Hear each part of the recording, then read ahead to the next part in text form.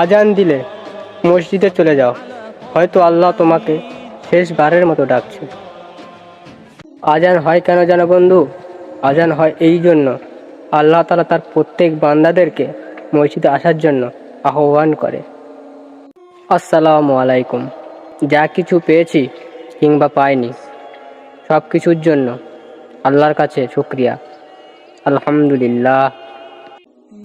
ভাগ্যকে কখনো গালি দিও না, কেননা ভাগ্য ভালোই বলে শেষ নবীর উম্মত হয়ে জন্মগ্রহণ করেছ।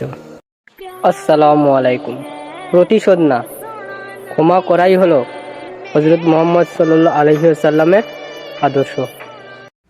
আসসালামু আলাইকুম।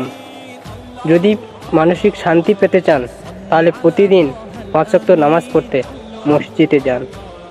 সারা জীবন এই চিন্তা করে চলে যায় যে লোকে কি বলবে, অবশেষে লোকে শুধু বলবে ইন্না লিল্লাহি ওয়া ইন্না ইলাইহি রাজিউন।